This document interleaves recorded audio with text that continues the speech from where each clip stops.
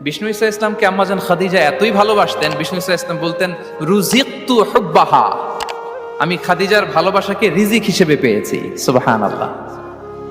রাসূল সাল্লাল্লাহু আলাইহি ওয়াসাল্লাম এই শব্দটা ইউজ করেছেন, রিজিক, রুজিকতু হুব্বাহা। এবং তিনি দোয়া করার সময় বলতেন, আল্লাহ কিয়ামতের সে বিভীষিকাময় দিনে, যেদিন বন্ধু বন্ধুকে চিনবে না, স্বামী স্ত্রীকে চিনবে না, বাবা সন্তানকে চিনবে না, পীর সাহেব মুরিদকে চিনবে না, নেতা কর্মীকে চিনবে না, ভাই বোনকে চিনবে না, সেই কঠিন মুহূর্তে আল্লাহ আমি আমার খাদিজাকে যেন ভুলে না যাই। রুজিকতু হুব্বাহা, খাদিজার প্রতি ভালোবাসা আল্লাহ তাআলা আমার হৃদয়ে রিজিক হিসেবে দিয়েছে। তাহলে রিজিকের সর্বোত্তম স্তর হচ্ছে পুণ্যবান স্ত্রী, নেককার সন্তান। আম্মাজান খাদিজাতুল কুবরা আত-তাহেরা রাদিয়াল্লাহু তাআলা আনহা, ওনার কথা জানি যে বিষ্ণু ঈসা ইসলামের স্ত্রী আমাদের আম্মাজান রাসূলুল্লাহ সাল্লাল্লাহু আলাইহি ওয়াসাল্লামকে বড্ড ভালোবাসতেন, আগলে রাখতেন সবসময়, মেন্টালি